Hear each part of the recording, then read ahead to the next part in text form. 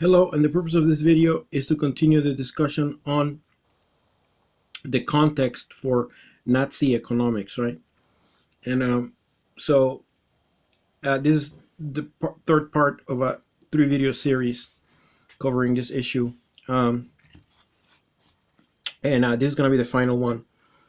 And again, I'm using, in order to as reference, I'm using Eric Hobsbawm's The Age of Extremes from 1994, which is the best history of the 20th century out there. No, the best world history of the 20th century is Eric Hobsbawm's Age of Extremes. The best American history of the 20th century is, of course, Howard Zinn's The 20th Century, which is like the people's history of the United States, but focusing on the 20th century. And actually, I have the audiobook with Matt Damon narrating that. I love that book. But another book that I have is Voices of a People's History of the United States in Physical, right? But another book that I've been looking in this series is Germany from Revolution to Counter-Revolution, which is a Trotskyist take on the history of Weimar Germany, written by Rob Sewell, right? And of course, it's from, as you can see, Well-Read Books, which is the publishing house of the International Marxist Tendency, which is the Grant Wood's tendency of Orthodox Trotskyism, right? This copy, I've got it in when I was 29, and I've had it all these years, and I just turned 47, so 29 to 47, it's about 10, 17, 18 years. I've had this book for 18 years, and look how well preserved it is, right? Yeah, anyhow, right, yeah, okay, let's continue our discussion about fascism. Yeah, the fascist, the conception, the Nazi, the National Socialist, and Italian fascist conception of the traditional, right? Fascism specialized in the rhetoric of return to the traditional past and received much support from classes of people who would genuinely have preferred to wipe out the past century if they could. It was in no real sense a traditionalist movement like, say, the Carlistas of Navarra, who formed the main bodies of Franco's support in the civil war against the Republic, or Gandhi's campaigns for a return to handlooms and village ideals. It stressed many traditional values, which is another matter. They denounced liberal emancipation. Women should stay at home and bear a great many children. And they distrusted the corroding influence of modern culture, and especially of the modernist arts, which the German National Socialists described as cultural Bolshevism and degenerate. Yet, the central fascist movements, the Italian and the German, did not appeal to those historic guardians of the conservative order, church, and king, but on the contrary, sought to supplant them by an entirely non-traditional leadership principle embodied in self-made men legitimized by their mass support and by secular ideologies and sometimes cults, right? Objectively speaking, Hitler was a cult, right? The cult of the Führer was a cult. I mean, that was, especially if you see the Nuremberg trials, the Nuremberg rallies, right? The Nuremberg trials were what? Poetic justice. That's something else. Denazification was great. Love it. Yeah, no, the Nuremberg rallies, right? And if you look at the films, the two really cool films, I love those films. Leni Riefenstahl, I can't pronounce her name. Reinfeldt, the woman who was the director who directed Triumph of the Faith and then Triumph of the Will, right? And I've looked at both movies are great. Triumph of the Faith, of course, was banned, right? Because it featured Röhm, the leader of the SA, who was homosexual, and he was like killed during the night of the long knives, right? So that movie was banned, but I have a copy. I know where to find one on the internet. I found one on the internet, because those movies are banned in Germany, but you can get around. I know how to. You can get around, like, the internet. There is places where you can download the movies, anyways. And I did. I have two very nice, of course, black and white, but digitally remastered versions of Triumph of the Faith and Triumph of the Will. You know, and in those two movies scream cult. You know, I mean, it really, especially Triumph of the Will. You know, but yeah. So. Yeah, non-traditional leadership principle embodied in self-made men, legitimized by their mass support and by secular ideologies and sometimes cults, right? So that was Italian fascism. Yeah, I mean, Hitler and Mussolini were both self-made men. I mean, yeah. The past to which they appealed was an artifact. Their traditions were invented.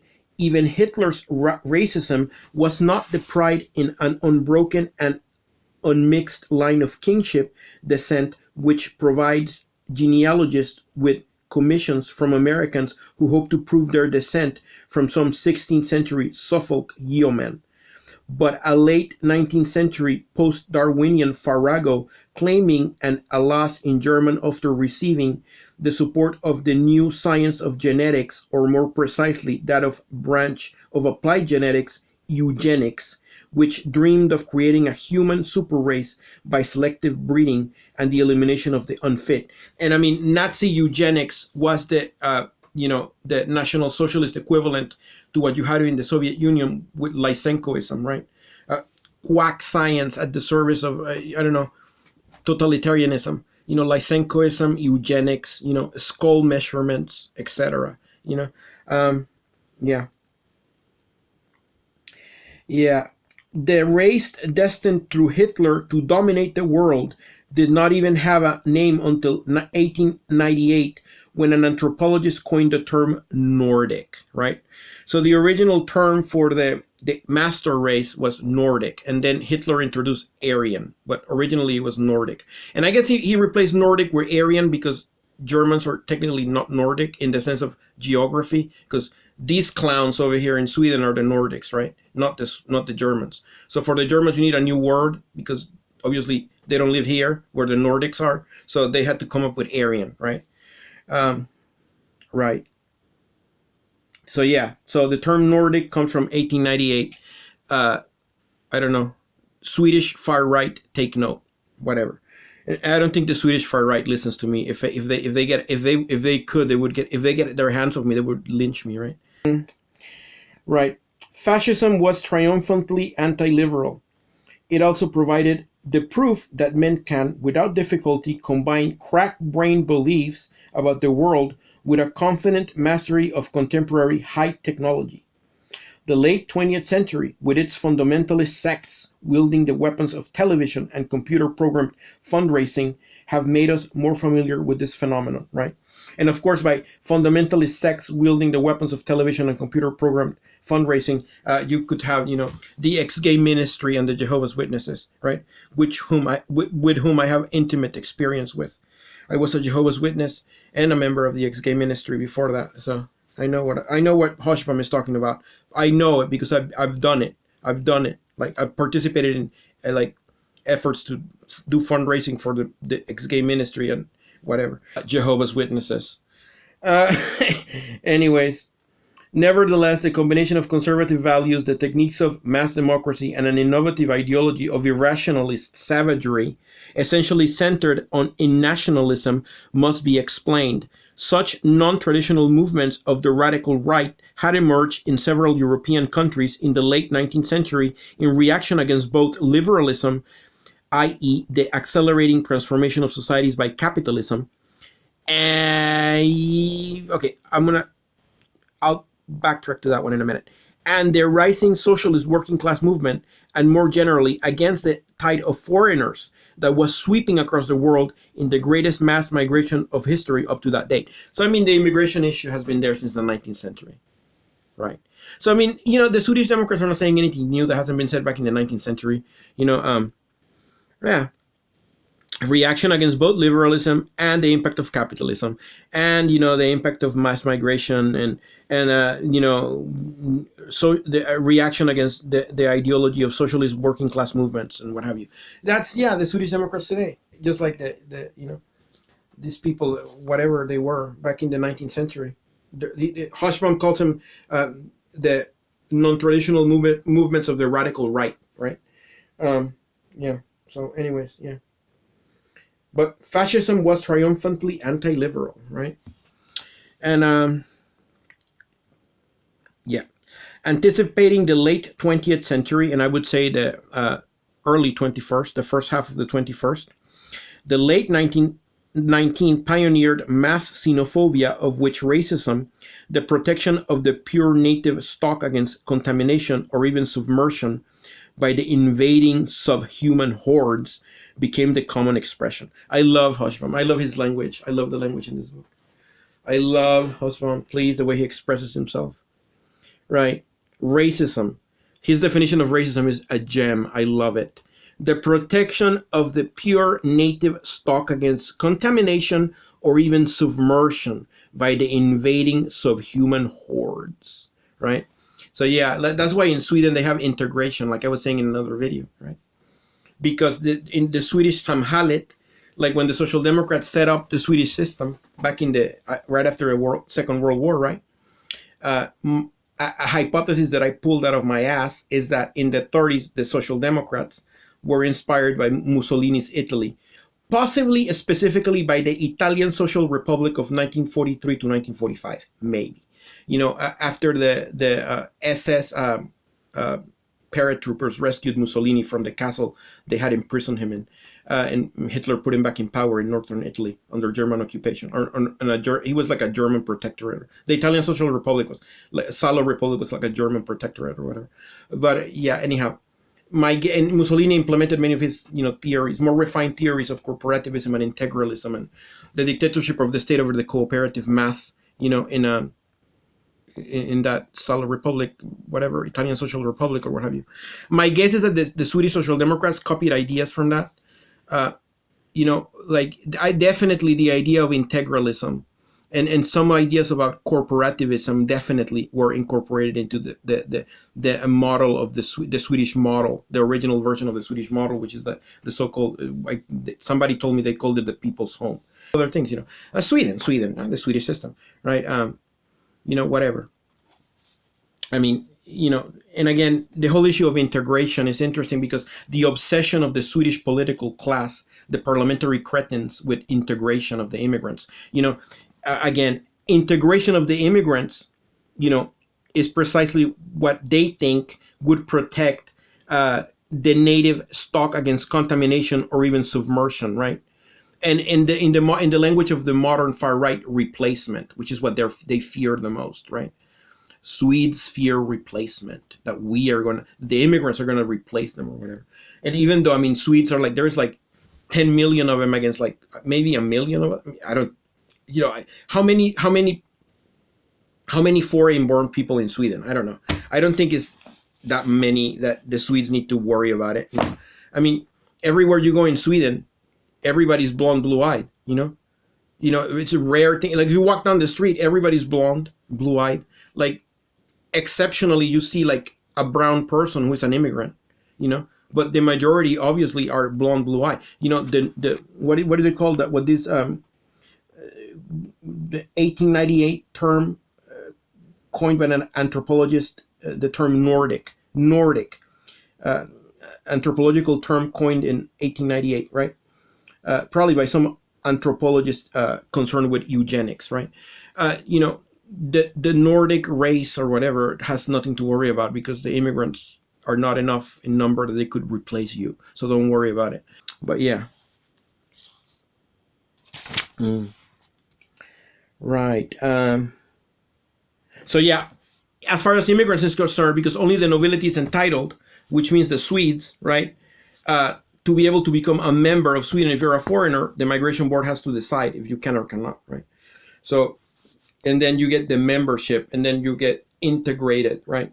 Because of course they want to prevent contamination by the foreign hordes or whatever. They don't want foreign cultures to come in and contaminate the ethnic, the Swedes or whatever, the samhället, right? They want to make sure that the immigrants are integrated, in other words, absorbed, as in the theory of integralism. The dictatorship of the state over the cooperative mass, the individual is subsumed in the cooperative mass through integralism, integration, integralism, right? Yeah. It's interesting, the Swedish system is interesting. It's like a Frankenstein monster of like fascist theory, social democracy, divine rights. It's very interesting, the Swedish system. Very, very interesting system. They put together here, and it's all historically evolved. I don't think it was deliberate. It's like sort of like something that resulted from a historical process. For the looks of it, I don't think it was deliberate. I think it was just something that emerged or whatever. I don't know. God knows. Anyways, now let's look at the issue of Judaism and German National Socialism, right? Okay.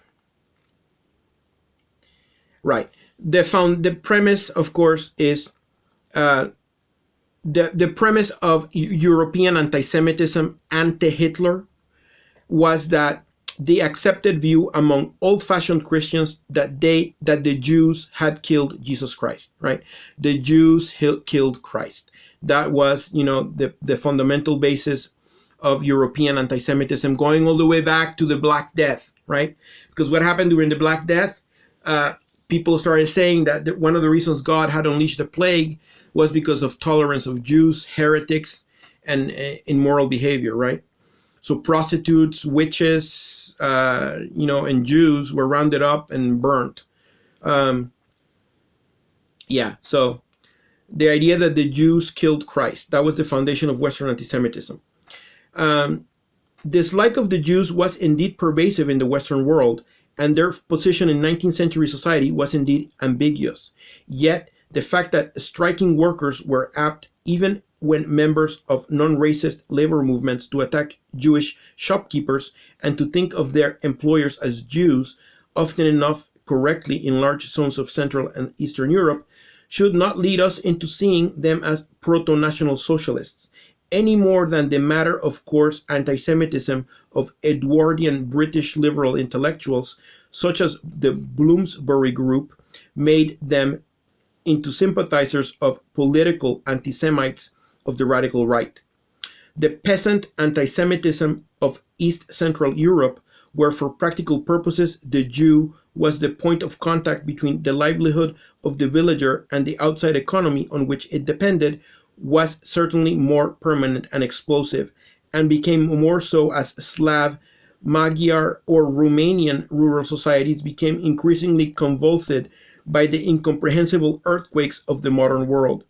Among such dark people, tales of Jews sacrificing Christian children could still be believed, and moments of social explosion would lead to pogroms, which reactionaries in the Tsar's empire encouraged, especially after the assassination of Tsar Alexander II in 1881 by social revolutionaries. Right. So, I mean,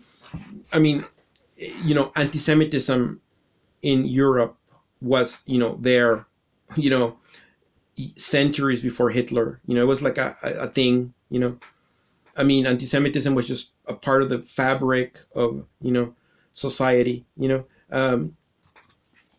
So like I just said, but, the example of the Black Death, when did the Black Death happen? I think it was in the 1350s, as far back then, you had, the first people they came after when they were looking for a scapegoat for the plague were the Jews, right? So,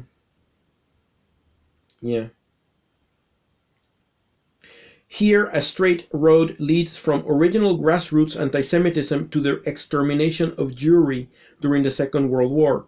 Certainly, grassroots anti-Semitism gave such East European fascist movements as acquired a mass base, notably the Romanian Iron Guard or the Hungarian Arrow Cross, their foundation.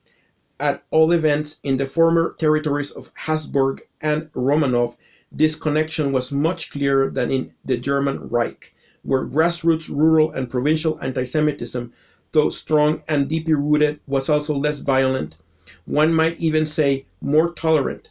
Jews who escaped from newly occupied Vienna to Berlin in 1938 were astonished at the absence of street anti-Semitism. Here violence came by decree from above, as in November 1938. Yet, even so, there is no comparison between the casual and intermittent savagery of the pogroms and what was to come a generation later. The handful of dead of 1881, the 40 to 50 of the Kishinev pogrom of 1903 outraged the world and justifiably became, in the days before the advance of barbarism, such a number of victims seemed intolerable to a world which expected civilization to advance. Yeah. Even the much larger pogroms that accompanied the mass peasant risings of the 1905 Russian Revolution had, by later standards, only modest casualties, perhaps 800 dead in all. This may be compared with the 3,800 Jews killed in Vilnius by the Lithuanians in 3 days of 1941 as the Germans invaded the USSR, and before the systematic extermination got underway, which happened after the Wannsee Conference in 1943, right, when the Jews were transferred from the ghetto to the concentration camps. Commence the final solution to the Jewish problem. Yeah.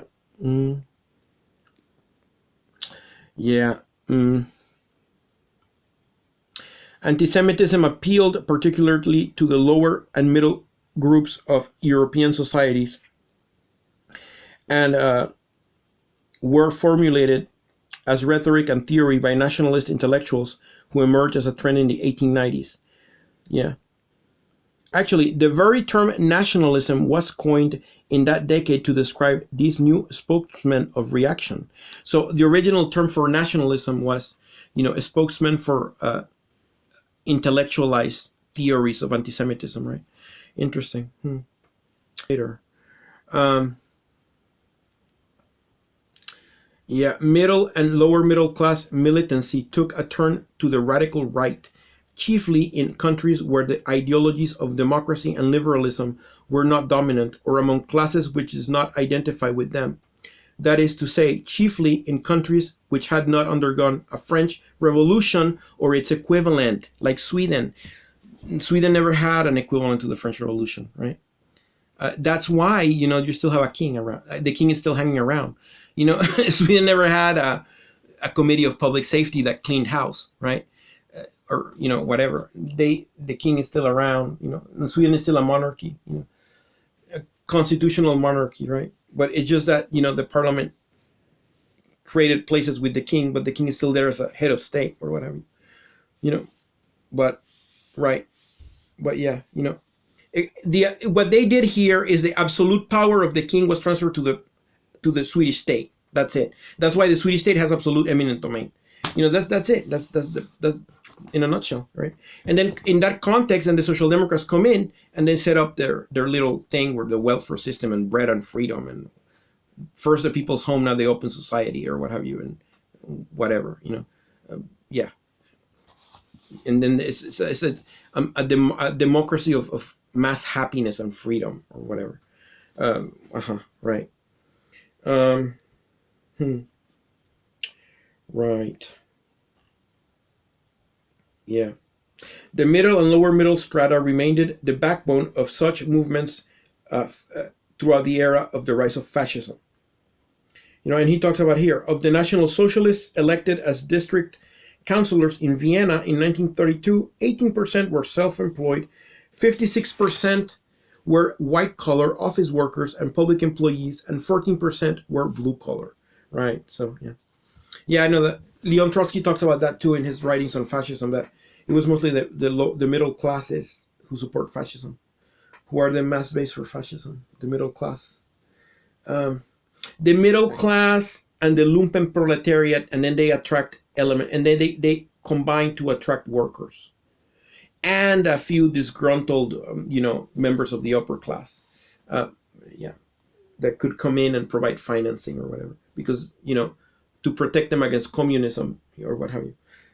Communism, right? Which there has never been a communism ever, but yeah.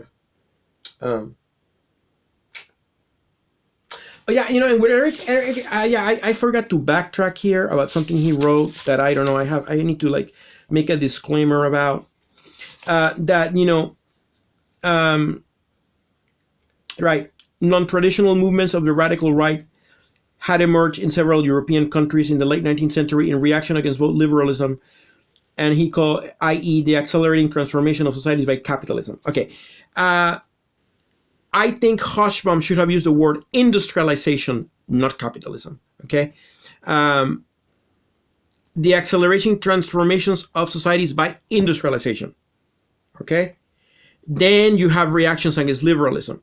In the United States, you see it in religious terms with the rise of the fundamentalist religious right, the evangelical revival of the 19th centuries, the evangelical revivals that happened during the great awakenings of the 19th centuries, 19th century in North America, are in many ways a reaction to industrialization.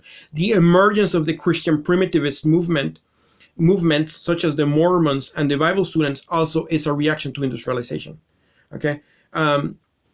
So the roots of the American religious right are in a reaction to liberalism, big time, but is rooted in the reaction to a reaction to industrialization that then made these people go fundamentalist, and then once they come into the let's say the 80s, the 1980s, the end of the 20th century, then it takes the form of the modern religious right, which is a fundamentally anti-liberal movement.